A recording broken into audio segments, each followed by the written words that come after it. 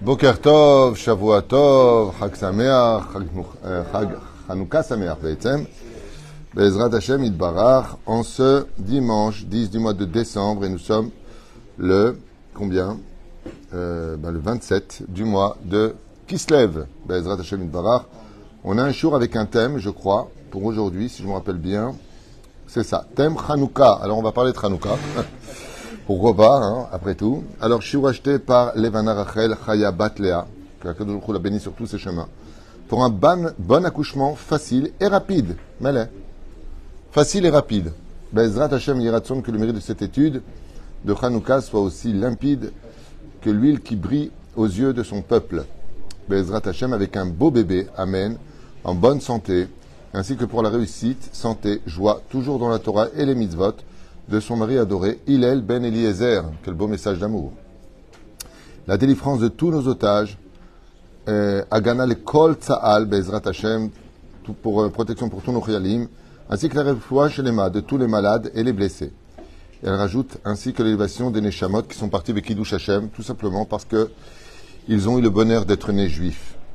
Ainsi que pour le Mashiach Tzidkenu, et que nous puissions élever cet enfant dans la crainte et l'amour d'Hashem, et qu'il veille à une belle vie dans la Torah et les mitzvot avec un zivug agoud, natid lavo, et kol am Israël beishuot.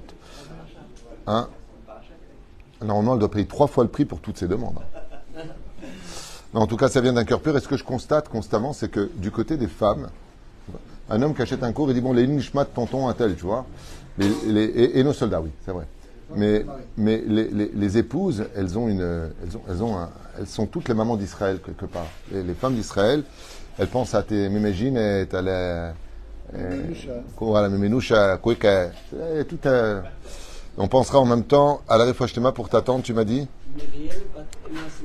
Muriel bat Emma Simcha Be'ezrat Hashem Achlama Meira ou réfoua shlema Shlomo ben Zeira Hashem Rechoto Bechol Asher Lo, et qu'on ait vraiment un grand shalom, que tous nos soldats reviennent vite et en paix, les Tnaim Tovim, local Mashekorepo, Etan ben Chana, Shmoroto Akadosh Baruch Hu, Rouven ben Patricia Yafar, qui a reçu mon neveu m'a raconté hier et m'a envoyé. Je vous montre la photo. Incroyable. Avec qui? Reuven, voilà Rouven ici. Voilà. Il est dans le tank et il reçoit un RPG. Donc je vous montre comme ça. Il lui envoie, je ne sais pas si vous voyez ici, il lui envoie un missile sur le char. Et Benes Gamour, on ne sait pas comment, mais il s'est coincé sans exploser. Normalement, s'il avait explosé, le char aurait explosé et été dedans. Et il s'est apparemment coincé. J'ai pas très bien compris ce qu'il m'a dit, parce que moi j'ai écouté quand même tard le message. En tout cas, le missile, le RPG s'est coincé et il n'a pas explosé. Donc ils l'ont pris carrément et il en a fait une photo. Pour dire qu'il n'y a aucune raison à cela dans l'absolu. C'est complètement illogique qu'un miracle comme ça se passe. Il y en a qui n'ont pas tous cette chance. Il y en a qui vivent beaucoup de miracles et j'aimerais bien que d'ailleurs Lionel, notre technicien ici, fasse un tour après la guerre chez nos soldats franco-israéliens ou même israéliens pour faire un livre sur les miracles de cette guerre où on est rentré vraiment dans un gruyère rempli de pièges tous les 2 pas. Et bémet, que Dieu protège notre armée, nos soldats. De plus en plus de Gazaouis crient aujourd'hui « Merci à Israël ». C'est montré même à Al Jazeera, ils montent sur les chaînes, qui accusent le Hamas de les maltraiter, qui accusent le Hamas de les frapper, et voire plus que ça encore, de les tuer, de plus en plus. Ça sort, la vérité sort de plus en plus, mais ça n'éteint pas la haine malgré tout de l'opinion mondiale sur le peuple d'Israël. Mais ne vous inquiétez pas, Am Israël a toujours eu et a vécu ces histoires, puisqu'on va parler de ça aujourd'hui. Même quand on faisait rien, qu'on était tranquillement chez nous, ça n'a pas empêché les Grecs de venir nous casser les pieds. Et c'est de ce dont on va parler maintenant, de cette fameuse guerre. Donc je rappellerai pour ceux qui sont intéressés sur toratraim.net, vous avez à peu près 50 shiurim, 50 cours sur Chanukah différents les uns des autres. Et là, on va se replonger dans un sujet qui me parle particulièrement, pour lequel beaucoup de gens se trompent, pensant que la Torah est un but en soi, tandis que la Torah n'est que le moyen qui mène à quelque chose qui en est le but. Et quel serait donc le but si Dieu nous demande de faire la Torah et les mitzvot? Ne fais pas, ne dis pas, ne prends pas. Comme je l'ai expliqué hier après-midi en cours, à propos de la fête de Hanouka, la pensée libre, l'expression de la Grèce, professeur en philosophie en face de moi, mon ami professeur Lévy, pourra en faire un long exposé, je pense. Eh bien, c'est la liberté de l'esprit, la liberté de l'expression. D'ailleurs, c'est pour ça qu'on avait les amphithéâtres. C'était vraiment le socle par excellence de la médiniout, on dit en hébreu grec. C'est que les gens s'exprimaient. Les gens s'exprimaient à penser ce qu'ils voulaient, avec des opinions qui divergeaient, où chacun se posait des questions là où peut-être il n'y avait pas en posé, mais en tout cas, chacun était libre dans cette idéologie de penser ce qu'il voulait, de dire ce qu'il voulait et surtout de faire ce qu'il voulait. Et quand ils sont arrivés à, pour eux, la séance de la Torah, la science que représente la Torah, ils se sont heurtés à des choses qui étaient dérangeantes, mais qui étaient formées de lois, de tu n'as pas le droit de penser comme ceci ou comme cela, comme par exemple le commandement de l'otachmod eshet re'echa, tu ne convoiteras pas la femme d'autrui, tandis que pour eux, il n'y a aucun mal de convoiter la femme d'autrui, à la limite si tu l'as pas touchée. Tandis que dans la Torah, c'est considéré comme étant une pensée impure. Une pensée d'idolâtrie est considérée comme une pensée impure, tandis que la Grèce, eux, au contraire, créait des dieux de l'Olympe, avec chacune ou chacun son rôle à jouer, et en fin de compte, chacun exprimait, comme on le verra par la suite, de l'Olympe grec qu'on a connu. On est passé après aux Romains, qui eux, au Panthéon. Comment il s'appelle, de Zeus, ils sont passés à Jupiter chez eux. Okay. Donc voilà, on voit quelque chose de très important dans la Grèce qui va créer sa pire de toutes les assimilations, c'est sa beauté. La Grèce prône pour une beauté idéologique hors du commun. Pense ce que tu veux, dis ce que tu veux, fais ce que tu veux, et personne n'a rien le droit de te dire. Quand tu mets tes yeux dans la Torah, tu n'as pas le droit de penser ce que tu veux, tu n'as pas le droit de dire ce que tu veux. De dire du lachon hara, c'est dire des vérités péjoratives sur l'autre. Strictement interdit. Et pire que ça encore, même si tu viens dire sur un coup de colère ce que tu penses de l'autre, et que tu l'as humilié, tu perds ton monde futur, tu as raté ta vie. Tu perds ton monde futur, il faut faire une sacrée teshuva. Donc quand tu vois la Grèce et tu vois la Torah, franchement, c'est plus agréable, c'est plus joli d'être grec.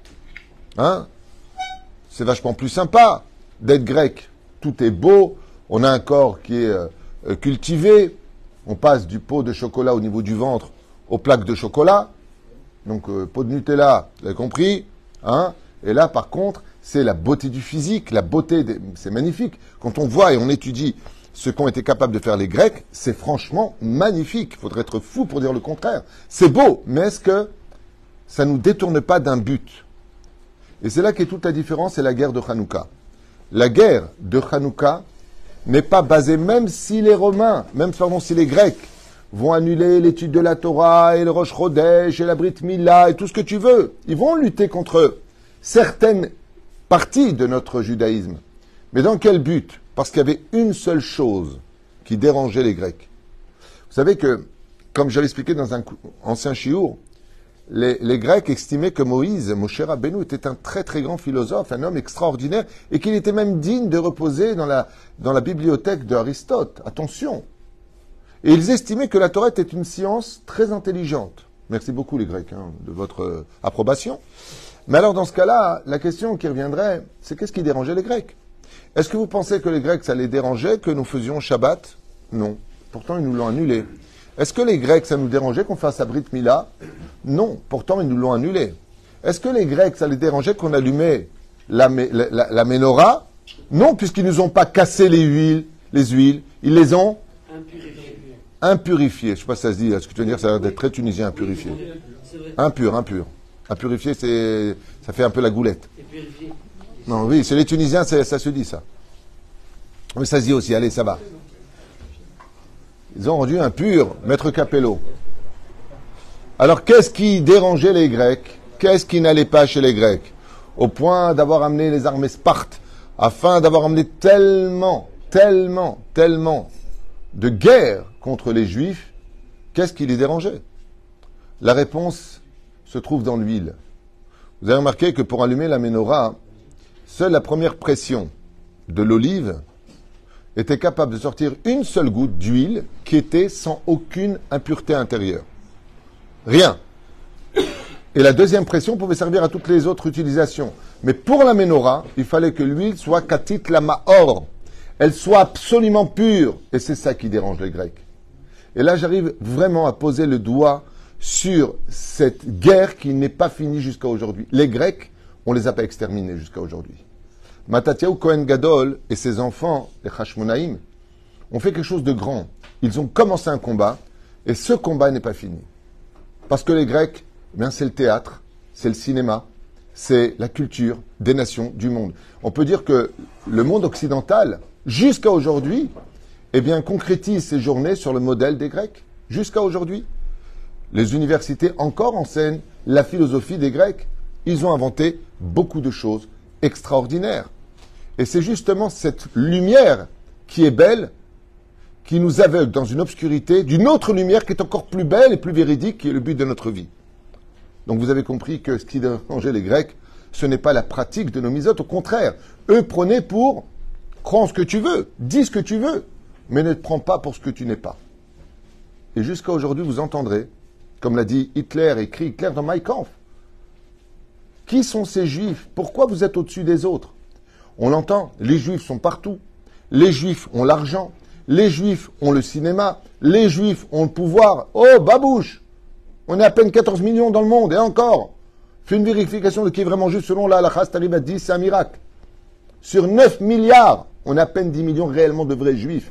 Parce qu'après, il y a les libéraux, les faux convertis, les machins, les trucs, les chouettes, et puis vérifie vraiment qui... Lui s'appelle Cohen et sa femme n'est pas juive, donc l'enfant n'est pas juif. Viens, on rentre dans le détail. Ce qui dérange, comme l'a dit, race aryenne. La race aryenne veut dire la race supérieure. Mais supérieure à qui? Vous vous rendez compte que Hitler avait une des armées les plus puissantes et qu'il s'en est pris un peuple désarmé, civil. Mais pour qui? Pourquoi tu déclares cette guerre? Parce que tout le monde sait une chose que nous on oublie. C'est que ce qui fait de nous le but de notre existence, c'est notre sainteté. Comme disait le rabbi sans cesse, Am Israël, n'oublie pas qui tu es. N'oublie pas. Dieu t'a élevé au-dessus des nations, non pas parce que nous sommes supérieurs, c'est pas ça du tout le message. C'est pas ça du tout le message. Ça veut pas dire qu'un non-juif vaut plus ou moins qu'un juif. Ce sont deux rôles à jouer différents pour l'humanité, comme on l'a déjà expliqué. Mais nous, ce que nous avons, c'est d'ailleurs une définition qui est pratiquement indéfinissable. Être juif, ça veut dire quoi? Parce que ta mère est juive, c'est où? Mais être juif, on le voit dans la vie. On le sent dans la vie. Il se passe quoi que ce soit sur Terre, ce sont toujours les Juifs. Les Juifs arrivent quelque part, j'avais lu un article dont j'avais parlé il y a longtemps, en 1856-57, j'avais lu un article extraordinaire dans la Sibérie. Alors vous savez que la Sibérie avant, ça servait que pour les ours, ouais. Et bon, l'ancienne URSS utilisait ce lieu-là pour un enfer de tous leurs prisonniers, ouais. Mais vous savez qu'il y a 56 familles juives qui sont parties s'installer, comme quoi qu'on va vraiment partout, on s'adopte partout, en Sibérie. Et cet article-là montrait des photos que bizarrement, quand les Juifs se sont installés là-bas, ben, ils ont trouvé du gaz, de l'or, des diamants, surtout des diamants, du pétrole. Même les Russes sur place, on dit il a fallu que les Juifs, à moins 50 degrés, hein, 50 degrés, c'est l'homme qui fait moins 8000, moins 50 degrés. Les Juifs arrivent quelque part, il y a une abondance qui sort. Comme l'a dit quelqu'un la semaine dernière, qui m'a dit au téléphone, un non-juif, m'a dit, vous imaginez si les Juifs quittent la France sont les Juifs, c'est foutu. Les Juifs, les États-Unis sont les Juifs. Il n'y a plus d'Hollywood. Metro-Goldwyn-Mayer, Columbus, c'est tous des Juifs. Imaginez New York sont les Juifs. Alors imaginez Israël sont les Juifs, ça c'est même pas... Ou Fren, qu'est-ce qu'on a de particulier? Le rabbi disait, un Juif, c'est une partie de Dieu représentée dans un corps. Il y en a un qui a 2000 ans, dit, je suis le fils de Dieu, pas de peau, il a plein de frères. On est tous les fils de Dieu. Ça veut dire qu'on est Neshama Shnikret, Chelek, Eloka, Mima'al, Mamash. Et c'est pour cela qu'il y a un jeu de mots qui est fait. C'est extraordinaire. Il y a deux mots qui représentent le mot Neshama en hébreu. Il y en a trois exactement. Il y a le mot Mishnah, il y a le mot Hashemen, l'huile. Donc le Mishnah, c'est la Torah orale. Pourquoi le mot Mishnah, qui est la Torah orale et pas écrite, représente les lettres du mot Neshama, tu l'écris à l'envers? Pour te dire que quand un juif s'exprime au niveau de la Torah orale, nos rabbanim, qu'on dit, ouais, ça c'est les hommes qui ont écrit, c'est la Neshama qui appartient à Dieu qui parle. Deuxième point, le mot Hashemen, on allume avec de l'huile d'olive. Ouais. Non pas parce que la Torah est une, pour ceux qui comprennent, mon humour, mais Hashemen, c'est les lettres du mot Neshama. Et quel est le jour le plus élevé de Hanouka, le plus important de Hanouka? Le 8e jour. Comment on écrit le mot Shemona? Shin. Non, il n'y a pas de vav, justement. Non, on ne met pas de vav. C'est un cholam ne'elam, toujours. Quand tu écris une ketouba, tu ne dis pas Shmona avec un vav. C'est ce que tu saches. Après, pour l'école, on fait avec le vav. Pour pas qu'on. Mais Shemona, ça s'écrit Shin Mem Nun He. Et donc, c'est l'aide du mot Neshama. C'est-à-dire que le 8e jour, pourquoi c'est un jour si élevé au-dessus des autres? Parce qu'on arrive à toucher enfin la Neshama du juif. Et c'est ça qui a été la guerre, et jusqu'à aujourd'hui, des Grecs. Pour qui vous vous prenez, les Juifs? Oh! Vous êtes rien! Descendez de votre cheval! On va vous exterminer! Mais qu'est-ce qui vous dérange? Bonnement, maintenant, on est mytho, on se prend pour ce que tu veux. D'abord, excusez-moi, mais on se prend pour rien. Hein. On n'a pas vu des Juifs faire des problèmes dans les pays, on n'a pas vu des Juifs brûler des voitures dans les pays, on n'a pas vu des Juifs prendre des pierres, on n'a pas vu des Juifs dévaliser des magasins. Excusez-moi. Et quand on en chope un qui a fait une arnaque, ça y est, oui! Un Juif a été chopé. Waouh! Une tache sur un énorme drap blanc. Les Juifs, excusez-moi, mais ils apportent que la bénédiction partout où ils vont. Ils apportent le commerce. On le voit encore jusqu'à aujourd'hui. D'un côté, les Espagnols sont antisémites, et de l'autre côté, ils disent aux Juifs, venez, venez, on s'arrange. Vis-à-vis de la télévision, ah, bon, les Juifs. Mais c'est un truc de fou. Même la Tunisie. Combien ils nous détestent? Si tu prouves que tu es à ta maison, viens, viens. Reviens, reviens. Reviens-moi, je t'en supplie. Avec toi, je fais ma vie. Toutes les nations du monde savent que le juif, c'est un parfum. C'est une épice. Nécessaire à l'humanité. Mais ce qui dérange, et c'est là où je veux en venir, c'est que notre Torah et nos mitzvot n'étaient qu'un moyen. Les Grecs l'ont compris. Alors quel était le but? Kedoshim Tiou. Vous êtes un peuple saint. Ça dérange. Ça dérange parce que si vous êtes Kedoshim Tiou ki Kadosh Ani, c'est que vous êtes les représentants leaders de la spiritualité dans le monde. Et ça, c'est hors de question pour les Grecs. Tout comme c'est hors de question pour l'islam, ou pour la chrétienté, ou pour n'importe quelle religion. Qui commence avec « Nous sommes le nouvel Israël ». Où Yitzhak est remplacé par Ishmaël dans l'islam.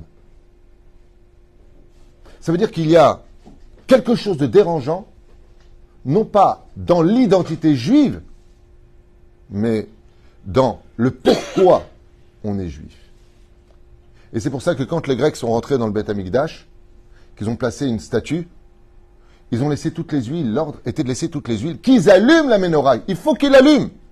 Mais qu'est-ce qui va rendre sainte cette huile? Il faut que le Kohen Gadol, il est cacheté lui-même pour être certain que cette huile ne soit pas faite pour autre chose.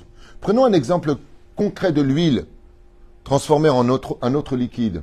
Dans la Torah, si tu parles à une personne logique et intelligente, il lui dit, mais vous êtes fous les Juifs. Eh bien, c'est vrai que notre Torah, elle est tout sauf logique. C'est un truc de malade. Ouais. C'est quoi la différence entre du vin kasher et du vin pas kasher, qui est un interdit extrêmement grave? Ça s'appelle Yain Neser. Et si tu bois de ce vin-là, Haz vechalila vechazer, qu'est-ce qu'on fait si tu dois boire du Yain Neser? Comme bracha, qu'est-ce que tu fais? Tu peux pas faire de bracha. Alors ça veut dire quoi? C'est-à-dire que la vigne, alors je vous explique, on va faire à la tunisienne. Je t'explique, c'est quoi la vigne? Il y a des raisins. Les raisins, tu les mets des kipotes, tu les mets des péotes, tu les mets des tzitzit. C'est du vin juif. T'as vu la trétini? Il n'y a aucune différence entre une vigne cachère et une vigne pas cachère. Quelle différence? Le vin, eh ben, après la récolte des raisins, eh ben, il est pressé, il est compressé, et ensuite il est mis de côté, il est travaillé pour qu'il vienne du vin. Il n'y a aucune différence, sauf une. Et ça, c'est vrai que quand tu expliques au niveau de la cacheroute, qu'est-ce que c'est du vin cachère, du vin qui n'est pas cachère, tu dis, mais tu te moques. Non, mais franchement, prends un psychiatre, tu lui dis ça, il me dit, mais vous êtes fous les Juifs. Et c'est ce qui a dérangé les Grecs. Alors je vous explique c'est quoi du vin cachère. Le vin cachère, c'est un vin qui est sur la surveillance des yeux d'un juif, qui est lui-même Shomer Shabbat, et qui regarde que le vin ne soit pas béni par autre chose que la Torah. Voilà, c'est du vin cachère. C'est tout. Tout le reste, c'est du babour. Tout le reste, ça va rien. Voilà, c'est du vin cachère.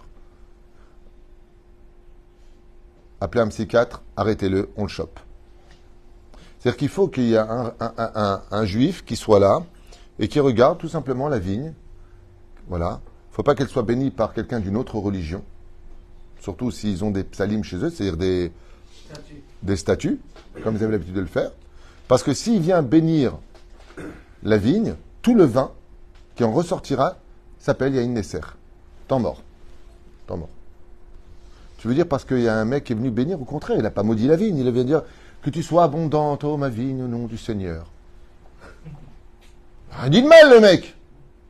Il y a un Dieu pour tous, non? Ce vin-là, il est strictement interdit à la consommation, c'est assourd. Tu ne peux pas l'utiliser. Nigmar! Nigmar! Ça fout en rogne. Moi, je ne suis pas juif, j'écoute un langage comme ça, je dis, mais ils sont complètement barbe. C'est ça, être juif? Mais c'est des fous, ces gens-là. Mais vous avez raison, le pire.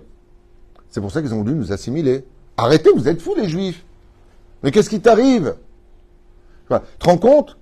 Si un non-juif, il t'allume la nourriture que tu vas manger, tu ne peux pas manger cette nourriture? Il faut que ce soit un juif qui l'allume. Dans les lois juives, c'est comme ça. C'est pas moi qui ai écrit. Vous allez, je suis pas content. Tu vas au Kotel ou à Sinaï, là-bas, à la montagne du Sinaï, tu dis pas content. Tu prends les gilets jaunes avec toi. Ils adorent ça. Pas content, pas content, pas content. Ah, c'est tout. Alors, bonjour, excusez-moi.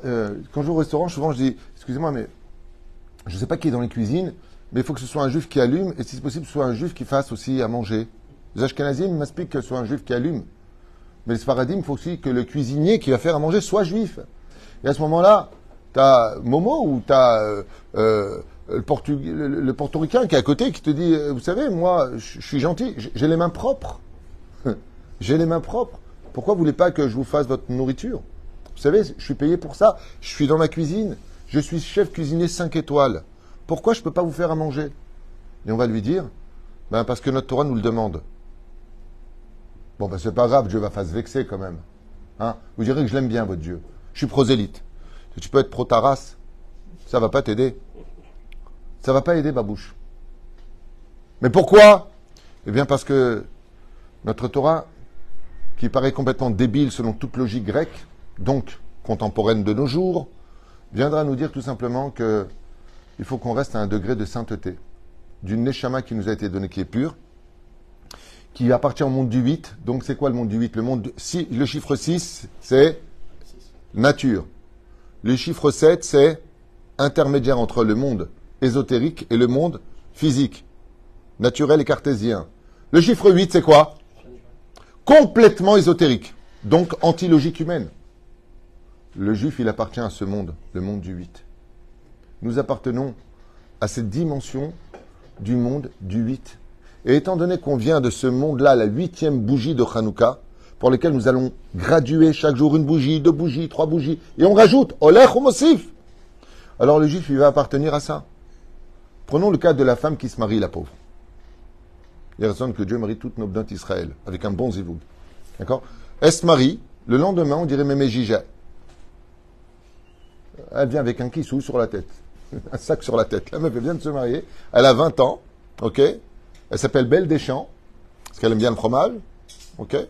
Elle est toute nickel, comme ça, magnifique. Elle est heureuse. Elle vient avec un kissou. Qu'est-ce qu'il y a? Tu es malade, tu as cancer. Qu'est-ce qu'il y a? Hazbe shalom, chinois.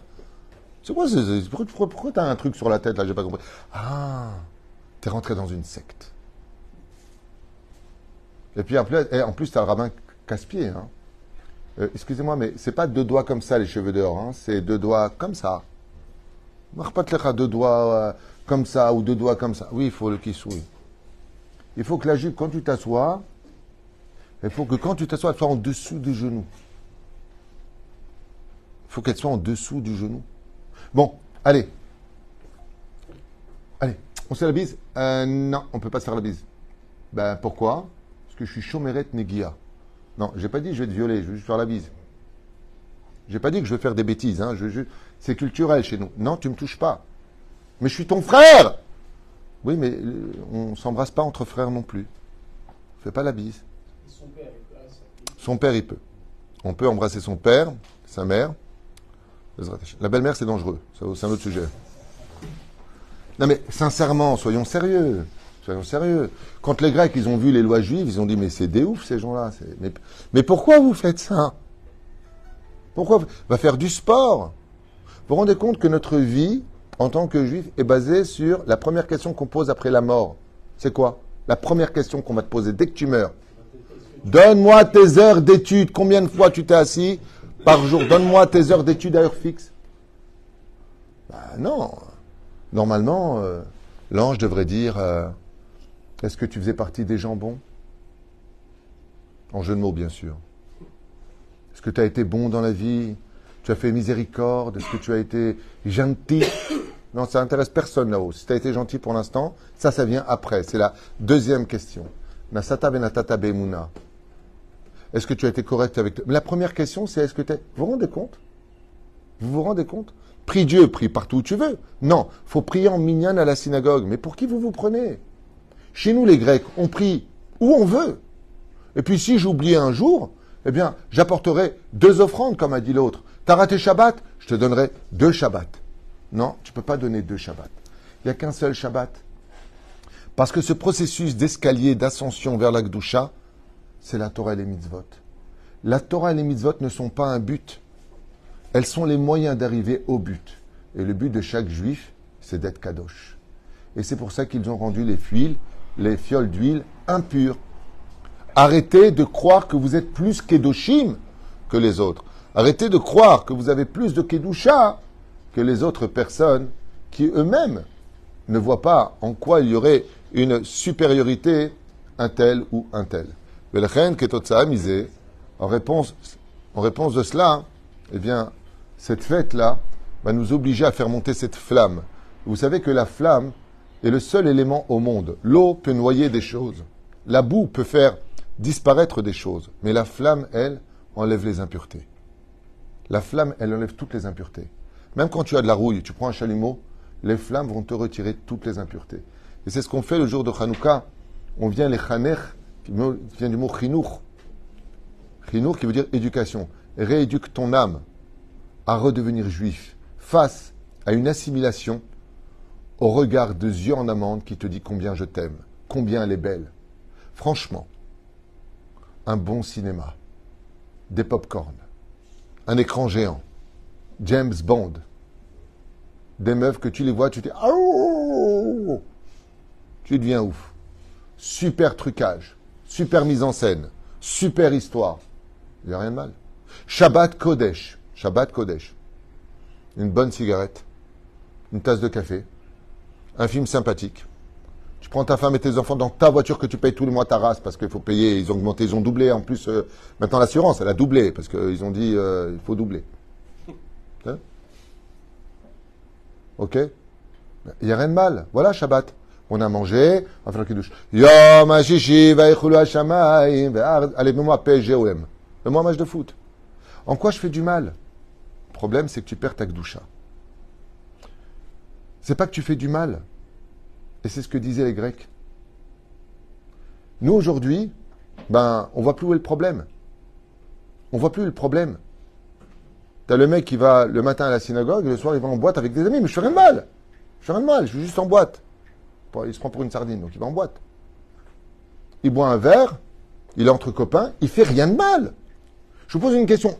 Un juif qui va en boîte de nuit avec ses copains, qui se commande une bouteille de whisky qui va payer sa race, d'un argent gagné honnêtement, il est avec ses copains, il rigole avec eux. Est-ce qu'il a fait quelque chose de mal? Non! Il n'a rien fait de mal. Mais enfin, il ne faut pas être fanatique. Où est le problème? Tu viens de perdre ton Tselem Elohim. Tu viens de perdre la Gdusha qui faisait de toi un juif de la 8e bougie. Tu es en train de descendre à la 7e, à la 6e. Et là, à la 6e, tu rentres dans le monde naturel. Jusqu'à la 6e bougie, on est dans le monde naturel. Et c'est pour cela que Akadosh Baruch Hu nous a fait un clin d'œil. Pour cette période dans laquelle nous sommes, qu'est-ce qui se passe? Si on oublie Hanouka, il y a le 10 du mois de Tevet, la première brèche. On fait une brèche dans la muraille. Et les forces du mal peuvent pénétrer notre esprit. Et la fin des temps sera empreinte des 4 galouillottes, la Babylonie, la Perse, la Grèce et Édom.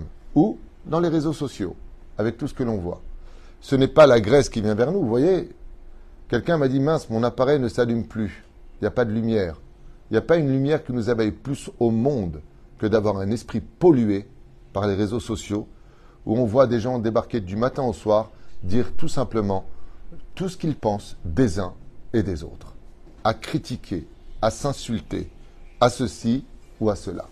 Voilà un petit peu ce que représente cette Grèce antique, pour lequel, et Tsareno arabe, nous avons une situation de guerre qui n'est jamais finie. Une guerre passive, certes, mais une guerre qui devient active. C'est-à-dire que on a vu qu'avec les Grecs, il n'y a pas eu une seule possibilité, si ce n'est que de sortir en guerre. Les Hashmonaïm sont sortis en guerre. Et je voudrais finir avec quelque chose d'essentiel, quelque chose d'incroyable, voire même d'effroyable.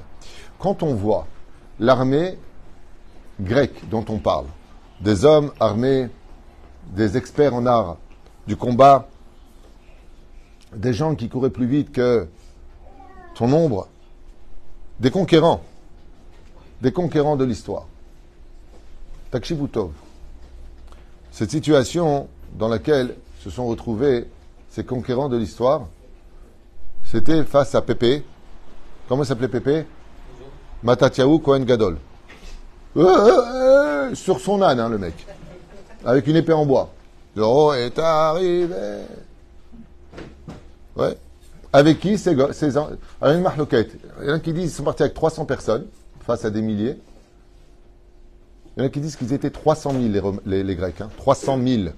300 000. Comme Adrien, d'ailleurs. Lui-même était venu avec 300 000 Romains. Il y en a qui disent qu'ils sont partis à 17. Il y en a qui disent uniquement Matatiaou et ses enfants.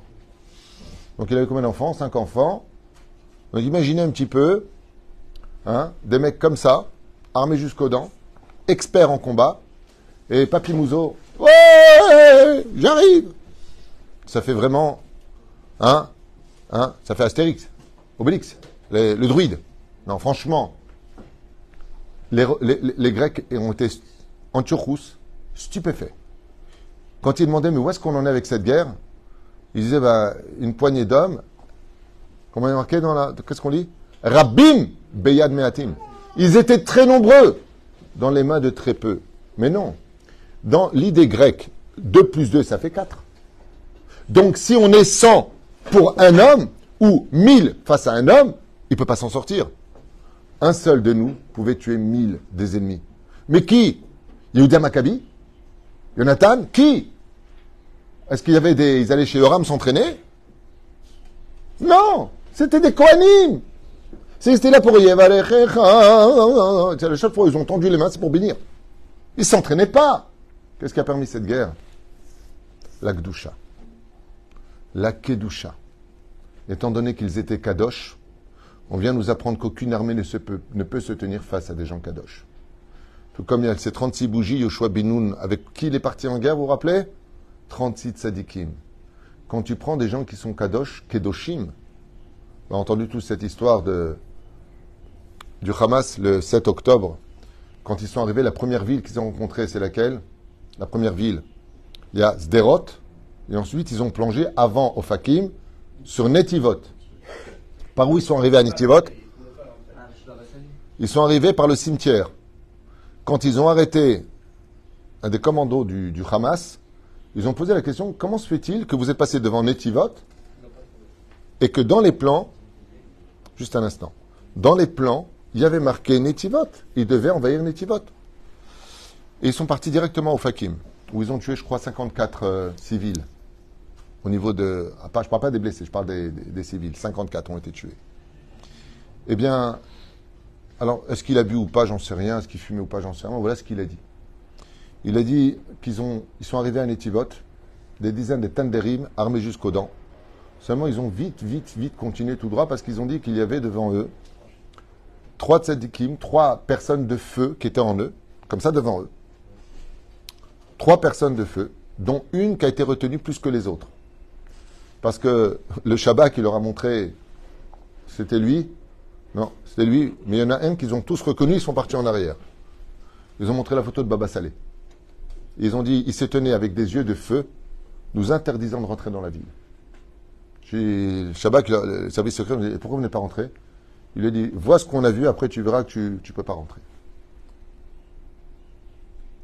Même mort, nos tzadikim kedoshim. Saba Kadisha. Nos tzadikim sont kedoshim. Le but d'Israël, ce n'est pas la pratique de la Torah des mitzvot. La pratique de la Torah des mitzvot, de venir prier en minyan, de boire du vin qui est strictement cachère, de manger strictement cachère, c'est pour te garder kadosh. Parce qu'on peut devenir très vite tamé, et donc impur. Les juifs impurs les nations du monde n'ont pas de problème avec toi. Mais si tu t'éteins trop, ils te rappelleront par une étoile que tu es juif. Ils te rappelleront que tu es juif.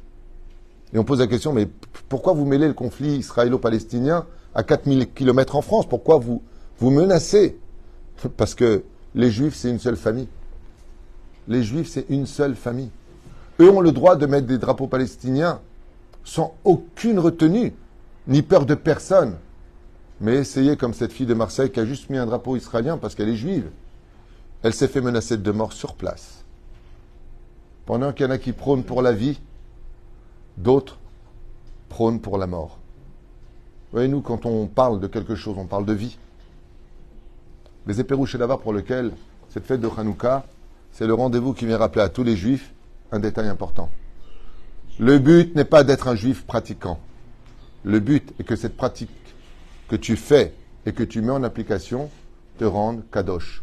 Parce que la neshama qui t'a été donnée n'est pas venue avec des mitzvot. Elle est venue avec une pureté. Et quand tu rendras ton âme, avant que ne s'éteigne ta bougie, n'oublie pas de la rendre aussi pure que Dieu te l'a donnée. Arrête tes cinémas et arrête tes cultures non-juives. C'est bien pour les non-juifs, mais pour nous, ça nous rend purs. C'est pour cela que quand on fait l'avdallah sur la bougie et qu'on boit de vin qui est kasher, nachon, et qu'on sent avec notre nez pour que notre neshama se réavive, qu'est-ce qu'on dit? Hamavdil ben kodesh le chol. La différence entre le kodesh et le chol. Le chol, c'est le chol. Ça a de la valeur, le chol.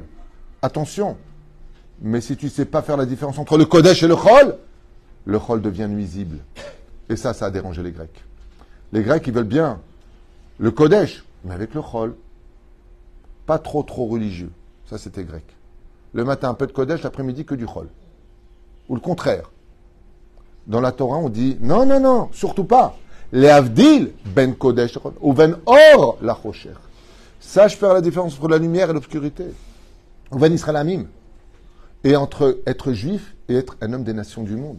Pas parce qu'on est mieux ou inférieur. Pas par rapport à cela.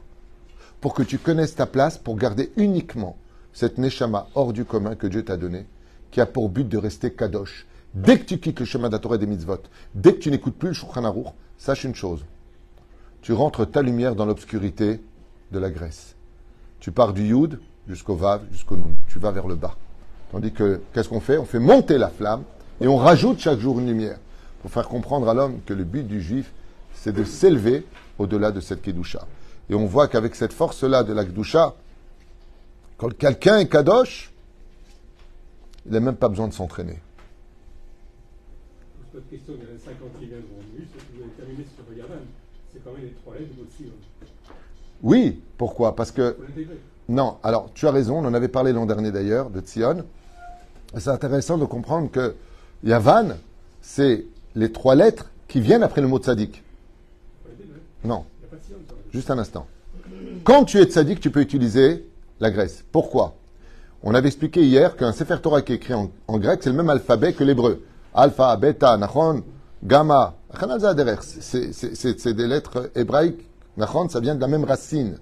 Des mezuzot qui sont écrits en grec, elles sont valables. Un Sefer Torah, lama, masiba. À la raison, elle est pure et elle est belle.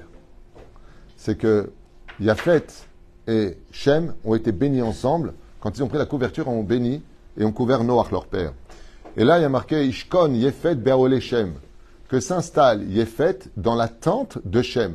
C'est-à-dire qu'il y a dans la Grèce, oui, quelque chose à prendre pour nous. Laquelle? Eh bien, tout simplement la beauté. Ce qu'on appelle le Hidur Mitzvah. Prenons le cas de Hanouka.